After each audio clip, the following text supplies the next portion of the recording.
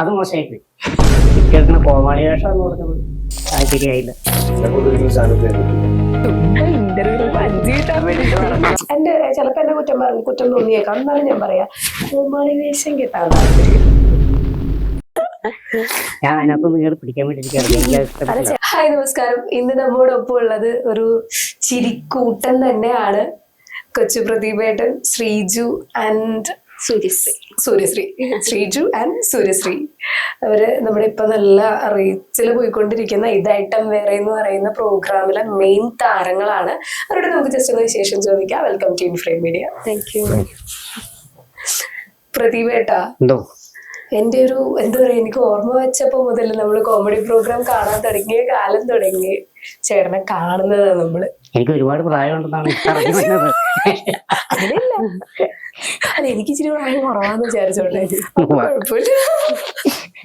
അതിനല്ല, നമ്മള് comedy programme കാണുമ്പോ തുടങ്ങി ചേട്ടനെ കാണുന്നതാ. ഇത്രയും കാലമായിട്ട് ചേട്ടൻ ആളുകൾ ഇങ്ങനെ ചിരിപ്പിച്ചുകൊണ്ടിരിക്കുക. എന്താണ് അതിന്റെ രഹസ്യം? എന്താന്ന് പറയാ? നല്ല സ്കിറ്റുകൾ ചെയ്യും. 10, 20, 22 കൊല്ലമായി ഇപ്പൊ ഫീൽഡിൽ വന്നിട്ട്. ഇപ്പൊ ചാനൽ രംഗത്ത് എന്തൊരു 15 വർഷത്തിന് മേളിലായി. അപ്പൊ അതിന് മുമ്പ് സ്റ്റേജ് പരിപാടിയും കാര്യങ്ങളൊക്കെ ആയിരുന്നു, ഗാനമേള അങ്ങനെയുള്ള പരിപാടികളൊക്കെ ആയിട്ട്. പിന്നെയാണ് ചാനലിലേക്ക് വന്നത്.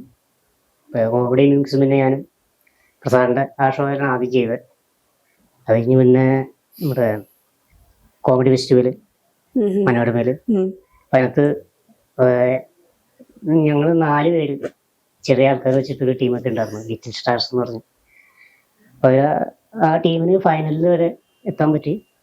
പിന്നെ അവിടെ നിന്ന് ഇങ്ങനെ ഓരോരോ ഷോ ആയിട്ട് ഇപ്പൊ ഇവിടെ വരെ വന്നു. ശ്രീജു എന്റെ കേരള വിഷന്റെ പരസ്യത്തിലാണ് ഞാൻ അയ്യോ പോയി ആ സെറ്റ് ബോക്സിന്റെ പരസ്യം. എങ്ങനെയാണ് ഈ ഒരു മേഖലയിലേക്ക് വന്നത്? അല്ല, ഞാൻ ഭയങ്കര ആഗ്രഹമായിരുന്നു മിമിക്രിയിലേക്ക് എത്തുക എന്നുള്ളത്. കാര്യം സിനിമയിലേക്ക് എത്താനുള്ള ഏറ്റവും വലിയൊരു വഴി മിമിക്രിയാണ്.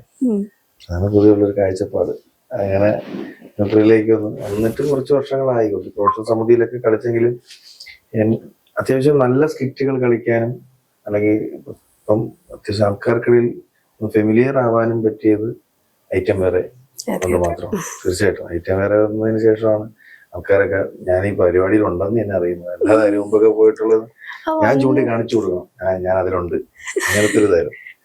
അല്ല, ഞാൻ കേരള വിഷന്റെ പരസ്യത്തിൽ ശ്രദ്ധിച്ചിട്ടുണ്ട്. പിന്നെ അത് കഴിഞ്ഞിട്ട് ഐറ്റം വേറെ പെട്ടെന്നൊരു വരവായിരുന്നു. ആ വരവ് ഒരു വരവ് തന്നെ ആയിരുന്നു. സൂര്യശ്രീ അങ്ങനെ തന്നെ ആയിരുന്നു. എന്റെ തുടക്കമേ ഞാൻ ആദ്യം ബമ്പർശ്ശേരിയിൽ വന്നൊരു 3 എപ്പിസോഡ് ചെയ്തു. ഞാനൊരു 3 വർഷം ആവുന്നുള്ളൂ ഈ ഫീൽഡിലോട്ട് വന്നിട്ട്. പിന്നെ നേരെ വരുന്നത് ഇത് ഐറ്റം വേറെയാ. 2024 നമ്മുടെ ഷോ സ്റ്റാർട്ട് ചെയ്ത്. ഞാനത് തുടങ്ങി ജൂൺ മാസത്തില് ഏപ്രിലിൽ സ്റ്റാർട്ട് ചെയ്തു. ജൂണില് അവിടെ ജോയിൻ ചെയ്തു. അത് ദൈവത്തിന്റെ അനുഗ്രഹം കൊണ്ട് അത് വലിയൊരു ഷോ ആയിട്ട് പോകുന്നു. സ്റ്റേറ്റ് അവാർഡൊക്കെ കിട്ടിയ ഷോയ്ക്ക്. അപ്പൊ അതിൽ നിൽക്കാൻ പറ്റുക എന്ന് പറഞ്ഞാൽ വലിയ ഭാഗ്യമാണ്. അപ്പൊ ഇപ്പൊ ഈ പറഞ്ഞ പോലെ ആൾക്കാർ നമ്മളെ അറിയുന്നു, അതിലൂടെ അറിയുന്നു. അത് വലിയ സന്തോഷം. സിനിമ എന്തൊക്കെയോ ചെയ്തു? 2 സിനിമ ചെറിയ വേഷങ്ങളാണ് ചെയ്തത്. ഇന്നസെന്റ് എന്ന് പറഞ്ഞൊരു മൂവിയില് ചെറിയൊരു വേഷം, പിന്നെ മധുരമി ജീവിതം എന്ന് പറഞ്ഞിട്ട് കുഞ്ഞു വേഷങ്ങളൊക്കെ. ചെറിയ വേഷങ്ങൾ ചെയ്താണ് വലിയ ആളുകളാവുന്നത്. അവിടെ എങ്ങനെയുണ്ട് ഇത് ഐറ്റം വേറെ? എങ്ങനെയാണ് ഇത് ഐറ്റം വേറെ കുറിച്ച് പറയാനുള്ള? എന്താ അത് ഭയങ്കര അടിപൊളിയാണ്. വലിയ ഫാമിലിയാണ്. പിന്നെ ഇപ്പൊ നമ്മള് ടീമാണെങ്കിൽ നമ്മൾ മാത്രമല്ല, എല്ലാരും സപ്പോർട്ട് ചെയ്യും. ഒരു സ്കിറ്റ് ഇങ്ങോട്ടും അങ്ങനെ തന്നെയാണ്. പിന്നെ ഞങ്ങളെ സംബന്ധിച്ച് ഞങ്ങളെ 3 പേരുടെ ഒരു ടീം അവിടെ സെറ്റ് ചെയ്ത സമയത്ത് അല്ലേ 2024 നമുക്കല്ലേ ബെസ്റ്റ് ടീമിന്റെ അവാർഡ് ഇങ്ങനൊരു ടീം ഫോം ചെയ്ത് നല്ല സ്കിറ്റുകളും കളിക്കാനും ഞങ്ങളിപ്പോ അവിടെ നിൽക്കുന്നതിന്റെ കാരണക്കാരനായിട്ടൊക്കെയുള്ള ഒരാള് ശശാങ്കണ്ണനാണ്. ഞങ്ങള് നിലനിന്ന് പോവേണ്ട, അതായത് ഞങ്ങളവിടെ വേണം എന്ന് ഉറപ്പിക്കുന്ന സ്കിറ്റുകൾ വരുന്നതൊക്കെ പുള്ളിയാണ്. അതായത് കണം ചെയ്ത ദാദാജി, ഞാൻ ചെയ്ത കാഞ്ചന, ഇതെല്ലാം ചെയ്ത് അതൊക്കെ ശശാങ്കണ്ണന്റെ പുള്ളിയാണ് ഞങ്ങൾ അവിടെ നിലനിൽക്കുന്നതിന്റെ മെയിൻ എഴുത്തുകാരനുള്ള ഒരാൾ പുള്ളിയാണ്. അതേപോലെ അർജുൻ സാറ് വെച്ച് ഈ നിൽക്കുന്ന ഞങ്ങൾ എല്ലാ സ്കിറ്റ് എന്തെങ്കിലും മോശമായി പുള്ളി വഴക്ക് പറയും എന്ന് ഒഴിച്ചാൽ ഭയങ്കര ഭയങ്കര സപ്പോർട്ട് സപ്പോർട്ടാണ്. ഭയങ്കര പേഴ്സണലി അറിയാം. അർജുനാഥായിട്ടൊക്കെ എനിക്കൊക്കെ നല്ല 15 വർഷത്തിന് മേളിൽ ഞാൻ ഒരുപാട് പുള്ളിയുടെ തന്നെ വേറെ ഷോകൾ ഒരുപാട് ചെയ്തു. ഞാൻ ആദ്യമായിട്ട് ഫ്രെയിമിൽ, അതായത് ഒരു കോമഡി പ്രോഗ്രാം ആദ്യമായിട്ട് മുഖം കാണിക്കുന്നത് 10 വർഷം മുമ്പ് അർജുൻ സാറിന്റെ ഷോയാണ്. ഫസ്റ്റ് ടൈം ഞാൻ കാണിക്കുന്നത്, ഞാൻ സ്കിറ്റ് കളിക്കുന്ന അർജുൻ സാറിന്റെ ഷോയാണ്.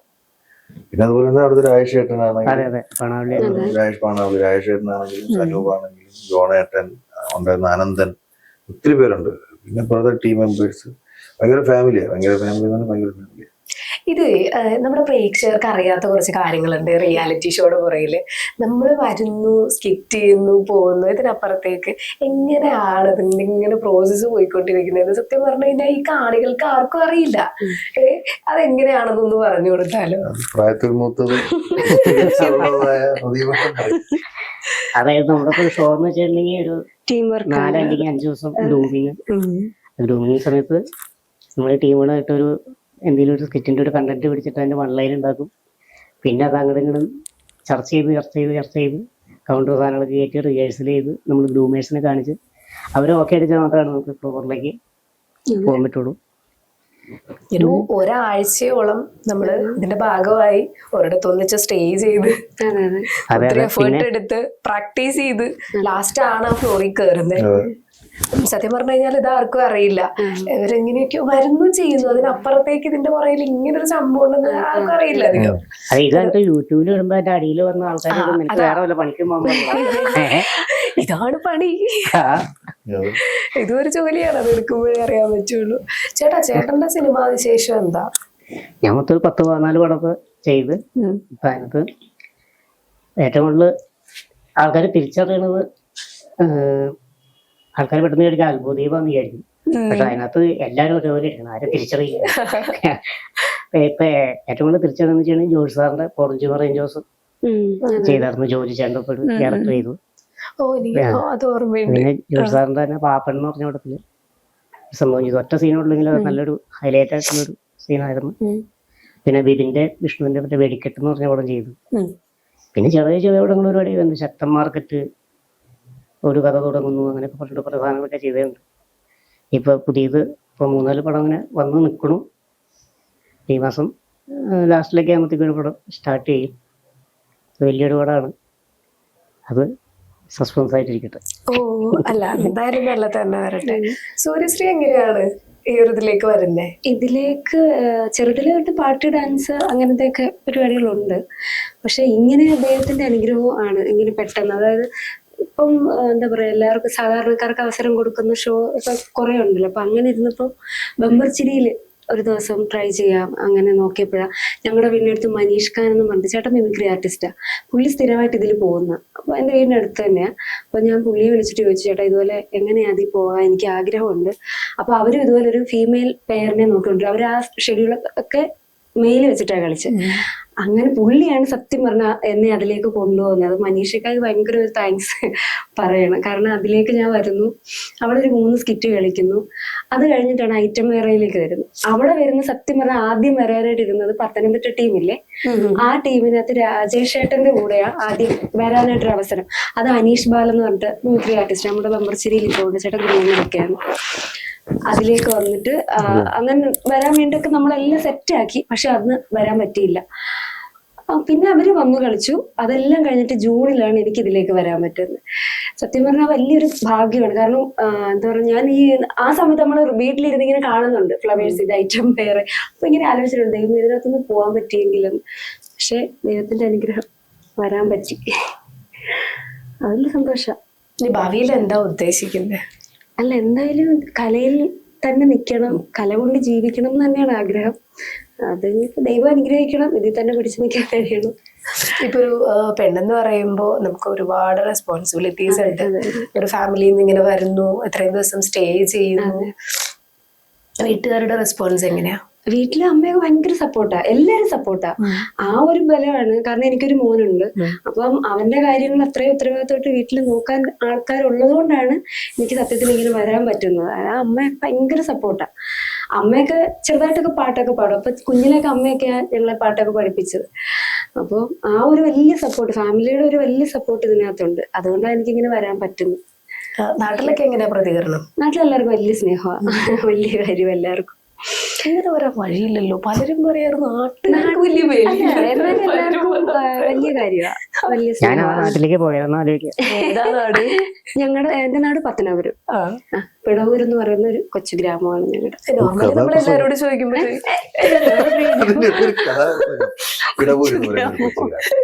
എനിക്ക് ശ്രീജുവിന്റെ അടുത്തൊരു ചെറിയ പിണക്കമുണ്ട്. ഇവന് ആ പരസ്യത്തിൽ അഭിനയിച്ച് ഇത്ര നമ്മൾ രഹസ്യമായിട്ട് വെച്ചേക്കാം. അല്ല, അതിന് സത്യം ഞാൻ അറിഞ്ഞില്ല. ഇല്ല, എന്റെ വീട്ടില് കേരള വിഷന്റെ കണക്ഷൻ എടുക്കുമ്പോ ഏത് നേരം ഞാൻ പിന്നെ നോക്കിയപ്പോഴാ ഫ്രണ്ടാ അങ്ങനെ മനസ്സിലായി. ഇതുണ്ട്, ഏത് നേരം വരുമല്ലോ. ബ്രോഡ്ബാൻഡിന്റെ പരസ്യം ഇങ്ങനെ കാണിച്ചുകൊണ്ടിരിക്കും. അപ്പൊ അത് കുറെ വർഷമായത് തിയേറ്ററിലൊന്നുമില്ല. അങ്ങനെയാണ് ബിഗ് സ്ക്രീനിൽ തന്നെ കാണുന്നത്. ഇതുവരെയായിട്ടും ശ്രീജു സിനിമയിൽ വന്നില്ലേ? സിനിമയില് വന്നിട്ടുണ്ടോന്ന് വെച്ച് കഴിഞ്ഞാൽ ഒരു പടം ചെയ്തു എന്ന് പറഞ്ഞാൽ സഭാഷ് ചന്ദ്രബോസ് എന്നൊരു പടമുണ്ട്, വിഷ്ണു ഉണ്ണികൃഷ്ണൻ നായകനായിട്ടുള്ള ഒരു പടം. മനസ്സിലായി, മറ്റേ ടിവിയോ? അതെ, അതില് ഒരു വേഷം ഉണ്ടായിരുന്നു. കാര്യം അതിന്റെ ഡയറക്ടറിന്റെ നൈബറാണ്, നമ്മുടെ ഫ്രണ്ടാണ്, DC അഭിലാഷ്, നാഷണൽ അവാർഡൊക്കെ മേടിച്ച ആളാണ്. അങ്ങനെ പാലക്കാട് കോവിഡ് കഴിഞ്ഞിട്ട് സെക്കൻഡ് ഷെഡ്യൂൾ, കോവിഡ് ഒന്നും ചെറിയൊരു അയവ് വന്ന സമയത്ത് സെക്കൻഡ് ഷെഡ്യൂൾ ഷൂട്ട് ചെയ്തൊരു പടം. ആ സമയത്ത് താടിയൊക്കെ വളർത്തിയിട്ട്, കാര്യം അങ്ങനെ വളർത്തി വേറെ പ്രത്യേകിച്ച് അതില് അതാ പറഞ്ഞത്, ശ്രദ്ധിച്ചു നോക്കിയാൽ അറിയാൻ പറ്റും. ഒറ്റ ഡയലോഗേ പറഞ്ഞു, അത് തന്നെയാണ് എന്റെ സിനിമ. അല്ലാതെ വലിയ സംഭവത്തിലൊന്നും ചെയ്തിട്ടൊന്നുമില്ല. എൻക്വയറീസ് ഒക്കെ വരുന്നുണ്ട് കേട്ടോ. ഇതുകൊണ്ട് പരിപാടി കഴിഞ്ഞിട്ട് എൻക്വയറീസ് ഒക്കെ വരുന്നുണ്ട്, അത്യാവശ്യം വിളിക്കുന്നുണ്ട്. ഒന്ന് രണ്ട് നമ്മുടെ സിനിമയുമായിട്ട് സജീവമായിട്ട് നിൽക്കുന്ന ഒന്ന് രണ്ട് പേര് ഇങ്ങോട്ട് വിളിച്ച് സംസാരിച്ച് നമുക്ക് അടുത്തേക്ക് നമുക്ക് നല്ലൊരു സംഭവം ഉണ്ട്, നമുക്ക് നോക്കാം എന്നൊക്കെ പറഞ്ഞ് ഇങ്ങനെ വാക്കാൽ പറഞ്ഞു വെച്ചിട്ടുണ്ട്. കൺഫേം അല്ല, അതുകൊണ്ട് പറയാൻ. നാടകം ഒരു വർഷം പ്രൊഫഷണൽ നാടകം ചെയ്തു. തിരുവനന്തപുരം മമതയുടെ കള്ളി എന്ന് പറയുന്ന നാടകം അത്യാവശ്യം നന്നായിട്ട് കളിച്ചൊരു നാടകം. പിന്നെ അത് മിമിക്രിയും നാടകം കൂടെ നോക്കുമ്പോൾ രണ്ടും രണ്ടാ. മിമിക്രി നാടകത്തിലോട്ട് വരുമ്പോൾ എനിക്ക് ഭയങ്കര ബാലൻസ്. ഇപ്പം നമ്മൾ ഈ സ്കിറ്റ് ചെയ്യുമ്പോഴേ, ഈ നാടകം ചെയ്യുന്നവർ വന്ന് സ്കിറ്റ് ചെയ്യുമ്പോൾ സത്യം പറഞ്ഞു കഴിഞ്ഞാൽ പലതൊന്നും സക്സസ് ആവാറില്ല. നാടകത്തിന്റെ ഒരു മോഡുലേഷൻ വേറെയാ. സ്കിറ്റിൽ അത് അപ്ലൈ ചെയ്യാൻ പറ്റില്ല, ചിലതിൽ ചിലപ്പോ പറ്റും, എല്ലാത്തിലും പറ്റില്ല. അപ്പൊ അതെങ്ങനെ മാനേജ് ചെയ്യുന്നു? ഈ നാടകത്തില് പഴയ നമ്മൾ കണ്ടു വളർന്നൊരു നാടകത്തിന്റെ ശൈലിയുണ്ട്, അതിപ്പോ കുറെ മാറി. ഇപ്പൊ വരുന്ന മിക്ക ആൾക്കാരും ഭയങ്കര ലൈഫ് കളിക്കുന്നവരാണ് നാടകത്തില്, ഭയങ്കരമായിട്ട് ലൈഫ് കളിക്കുന്ന നാടകങ്ങൾ കണ്ടറിയാം. അതായത് ഈ നമ്മളാണെങ്കിൽ പോലും തമാശക്ക് നാടകത്തിന്റെ സ്കിറ്റൊക്കെ എടുത്ത് കളിക്കുമ്പോൾ നമ്മുടെ ശബ്ദമൊക്കെ അങ്ങനെയൊക്കെ ചെയ്തിട്ടുണ്ട്, തമാശക്ക് വേണ്ടിയിട്ട് മാത്രം. പക്ഷെ എന്നാലും ഇപ്പോഴത്തെ നാടകങ്ങൾ എടുത്തു ഭയങ്കര ഡിഫറെന്റാണ്. അതിപ്പോ അവരുടെ ഡയലോഗ് ഡെലിവറി ആണെങ്കിലും അവരുടെ ശബ്ദമാണെങ്കിലും ഒക്കെ ഭയങ്കരമായിട്ട് മാറിപ്പോയിട്ടുണ്ട്. അത് തന്നെയാണ് ഇപ്പം, അതുകൊണ്ടാണ് നാടകത്തിൽ കളിക്കുന്നവരൊക്കെ ധൈര്യമായിട്ടും സ്കിറ്റ് കളിക്കാം. കാര്യം നമ്മുടെ കിഷോറാണ്, കുട്ടനാണ് നാടകം നടന്ന, തോന്നിക്കൽ ചേച്ചിന്റെ നാടകം നടന്ന, അവരൊക്കെ ഇപ്പൊ കളിക്കുന്ന സ്കിറ്റ് കളിക്കുന്നുണ്ട്. അപ്പൊ കളിക്കാൻ പറ്റും. നേരെ ഓപ്പോസിറ്റാ. അതായത് മിമിക്രിന്ന് നാടകത്തിലേക്ക് പോകുമ്പോൾ നമുക്ക് ആദ്യം ഒന്ന് ഇച്ചിരി പാടുന്നത്. കാര്യം അവരൊക്കെ നിന്ന് ഒറ്റ ശ്വാസത്തിൽ ഇത്രയൊക്കെ സാധനം പറയുമ്പോൾ നമുക്ക് അതുപോലെ, അതും നമുക്ക് മിമിക്രി ആണെങ്കിൽ അങ്ങോട്ടും ഇങ്ങോട്ടും തമാശക്ക് എന്തെങ്കിലുമൊക്കെ പറഞ്ഞിട്ടൊക്കെ ഒരു പരിധി വരെ പിടിച്ചിരിക്കും. പക്ഷെ അതങ്ങനെയല്ല. ഇതിന് മ്യൂസിക് ഉൾപ്പെടെ നമ്മൾ പറയുന്നത് എന്താണോ അതിന്റെ എൻഡിലായിരിക്കാം മ്യൂസിക്. നമുക്ക് ഒരു സാധനം കൈന്നിട്ട് കളിക്കാൻ പറ്റില്ല. ഞാൻ കളിച്ച് എന്റെ ഒരു അനുഭവം വെച്ച് പറയും, നമ്മളിപ്പോ ഒരു ക്യാമ്പിൽ എന്താണോ ഡയലോഗ് പറയുന്നത് ഡയലോഗ് തന്നെ ആയിരിക്കണം അടുത്ത 100 സ്റ്റേജും പറയുന്നത്. കാര്യം ഫ്രണ്ടിൽ ഇരിക്കുന്ന മ്യൂസിക് ഇടുന്ന ആള് ആ ഡയലോഗിനെ ബാലൻസ് ചെയ്ത മ്യൂസിക് ഇടണം. എക്സ്ട്രാ ഒരു സാധനം പറഞ്ഞു കഴിഞ്ഞാൽ അവിടെ പോകും. പക്ഷെ ഇവിടെ അതല്ല, ഇവിടെ എന്തോരം കൈന്നിട്ട് കളിക്കാൻ പറ്റുമോ? ഇവിടെ മ്യൂസിക് പിന്നെയാണ് അതൊരു ഭയങ്കര മ്യൂസിക് അഡ്ജസ്റ്റ് ചെയ്തോളൂ. നാടകം ഭയങ്കര ഒരു പള്ളിക്കൂടോ കേട്ടോ, പഠിക്കേണ്ട ഒരു പള്ളിക്കൂടോ. ചേട്ടൻ നാടകമൊക്കെ ചെയ്തിട്ടുണ്ടോ? ഞാൻ നേച്ചറായിട്ടുള്ള ചെയ്തിട്ടുണ്ട്, പ്രൊഫഷണലായിട്ട് ചെയ്തിട്ടില്ല. നേച്ചറായിട്ട് നമ്മുടെ പെരുമ്പാവൂർ വളയഞ്ചിറങ്ങര സുവർണ തിയേറ്റേഴ്സ് എന്നൊരു, അപ്പൊ അവരൊരു നാടകം ചെയ്തിട്ടുണ്ട്. അത് കുറെ നാളായി. അത് എന്നോട് പറഞ്ഞില്ലല്ലോ. നിനക്ക് മാത്രം വെക്കാൻ പറ്റുമോ?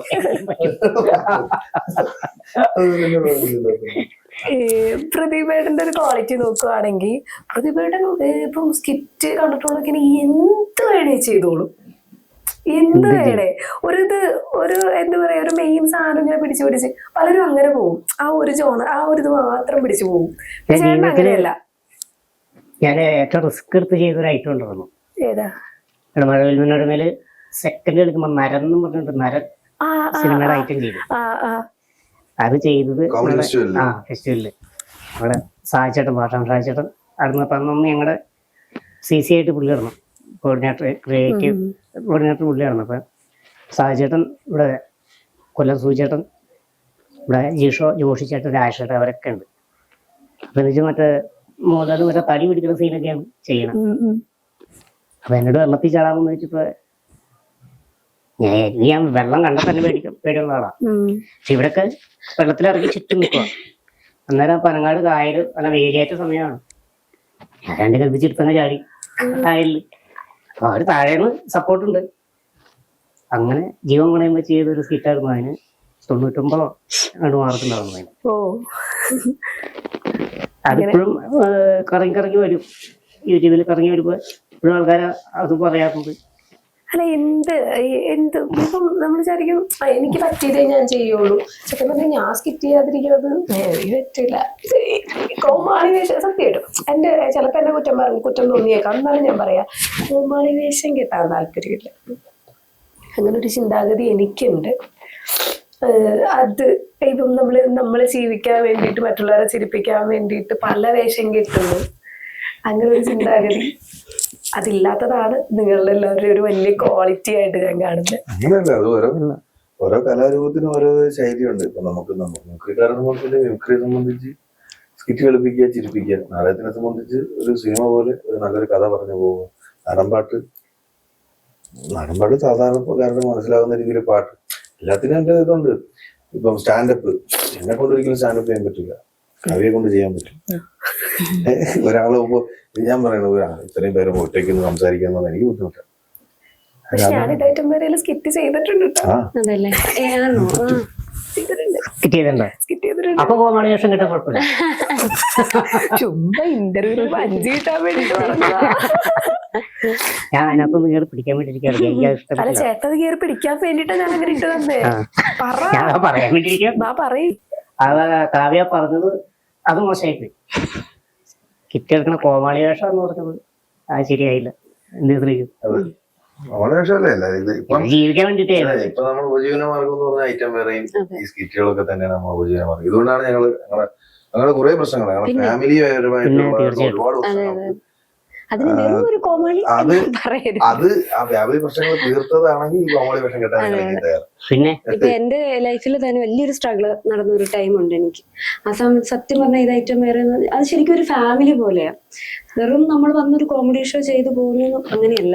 നമുക്കൊരു പ്രശ്നം വന്ന അപ്പൊ അവിടെ കൈത്താങ്ങായിട്ട് ഒരു കൂട്ടം ആൾക്കാരുണ്ട് നമുക്കവിടെ. അപ്പം എനിക്ക് എന്റെ വീടിന്റെ ഒരു ജപ്തിയുടെ ഒക്കെ ഒരു ഇഷ്യൂ ഒക്കെ വന്ന സമയത്ത് സത്യം പറഞ്ഞാൽ നമ്മളവിടെ വിളിച്ചു പറഞ്ഞ സ്പോട്ടിൽ തന്നെ ഡയറക്ടർ അർജുൻ സാർ എന്നെ വിളിച്ചു, കാര്യങ്ങൾ തിരക്കി, എന്താ പ്രശ്നം, കാര്യം അങ്ങനെയല്ല. നമുക്കൊരു വലിയ സപ്പോർട്ടാണ്. അപ്പം നമുക്ക് ഫിനാൻഷ്യലി ആയപ്പോലും ആ കിട്ടുന്ന ഒരു സപ്പോർട്ട്, അതൊരു ഫാമിലി ആയതുകൊണ്ടല്ലേ. ആ ഒരു ചേർത്ത് പിടിക്കല് വെറും ഒരു ഷോ അല്ല ഐറ്റം വേറെ എന്ന് പറഞ്ഞ ഒരു ഫാമിലിയാണ് ഞങ്ങൾ. അപ്പൊ അതിന് വെറും കോമാളി എന്ന് പറയുന്നത്. അതുപോലെ എനിക്ക് വീടും സ്ഥലമൊന്നും ഇല്ലാത്ത ഒരാളാണ് ഇപ്പോഴും. വൈഫ് ഹൗസിലാണ് താമസിക്കുന്നത്. എൻ്റെ വീട് പെരുമ്പാവൂരാണ്. അവിടെ വീട് സ്ഥലമുണ്ട്, അത് പൂട്ടുള്ള വീട്ടിലേക്കാണ് അവിടെ ഇരിക്കട്ടെ. അപ്പൊ എനിക്ക് സ്വന്തമായിട്ട് സ്ഥലം ഉണ്ടെങ്കിൽ വീട് വെച്ചുതരാൻ ഞങ്ങളുടെ സംഘടന ഉണ്ട്, ആർട്ടിസ്റ്റ് അസോസിയേഷൻ. സ്വന്തമായിട്ട് മേടിക്കാനുള്ള കാശിൻ്റെ അടുത്തില്ല. കാരണം നമ്മൾ ഈ ഒരു ജോലി കൊണ്ടാണ് മുമ്പോട്ട് പോകുന്നത്. കുടുംബം 2 പിള്ളേരുണ്ട്, പഠനവും കാര്യങ്ങളൊക്കെ. പിന്നീട് ചെറിയ രായകടുണ്ട്. അപ്പൊ ഞാൻ പറഞ്ഞു തന്നല്ല, ഈ കോമാളി വേഷം കിട്ടിയ കാരണമാണ് എനിക്ക് 5 സെന്റ് സ്ഥലം മേടിക്കാൻ പറ്റിയത്. റിവേഴ്സിൽ വന്ന് നമ്മുടെ അവസ്ഥയും കാര്യങ്ങളൊക്കെ അർജുൻ സാറിന്റെ നേതൃത്വത്തിൽ തന്നെ ചാനലിലൂടെ ടെലികാസ്റ്റ് പോയി അങ്ങനെ കുറെ ആൾക്കാരൊക്കെ സഹായിച്ച് 5 സെന്റ് സ്ഥലം മേടിച്ചു. വീട് പണി അടുത്ത് തന്നെ തുടങ്ങും. നല്ല കാര്യമാണ്. കോമാളി പുറത്തേക്ക് ചെയ്യാൻ തരും.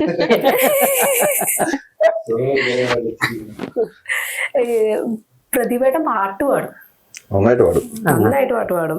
നമ്മള് കേട്ടിട്ടുണ്ട്. നമുക്ക് വേണ്ടിട്ട് ഒരു പാട്ട് പാടും. തീർച്ചയായിട്ടും. എന്തായാലും ഞാൻ സോറി പറയുന്നു. ഞാൻ പറഞ്ഞതിന് ഞാൻ സോറി പറയുന്നു. കുഴപ്പമില്ല. സൂര്യസിന് നല്ലൊരു പാട്ട് ആ സൂര്യയുടെ പാട്ടും ഞാൻ കേട്ടിട്ടുണ്ട്. അതെ. രണ്ടുപേരോട് ഒരു ഡ്യുവറ്റ് അങ്ങായിക്കോ. അല്ല പ്രതിവേട്ടൻ പാടിട്ട് നല്ലൊരു പാട്ട് ഏഹ് പാടും പ്രതിവേട്ടൻ. നീ നിന്റെ കൊഞ്ചുമാങ്ങക്കറി കൊഞ്ചുമ്മേനക്കളെ കൊഞ്ചുമാങ്ങക്കറി പ്രതിവേട്ടൻ എല്ലായിടത്തും സെറ്റ് ആക്കി വെച്ചിരിക്കുക. ഇല്ല ഞാൻ നോക്കട്ടെ. പാട് പ്രതിവേട്ടൻ. ഞാൻ പ്രതിഭേട്ടന്റെ പാട്ട് ഫസ്റ്റ് കേട്ടിട്ടുണ്ടോ? ശ്രദ്ധിക്കുന്ന പാട്ട് മറ്റേ പാലവും പാലമാണ്. ഞാൻ നാടൻ പാട്ട് ഇപ്പൊ ഇറങ്ങിയിട്ടുണ്ട്, അത് പാടാം. പുള്ളി ഏത് പാട്ടും അപ്പോഴേ പഠിക്കണേ. ഭയങ്കര അപ്ഡേറ്റ്. പാലവും പാലവും പാടിയതാണ് ഫസ്റ്റ് ആ ഭയങ്കരമായിട്ട് ശ്രദ്ധിച്ച സാധനം.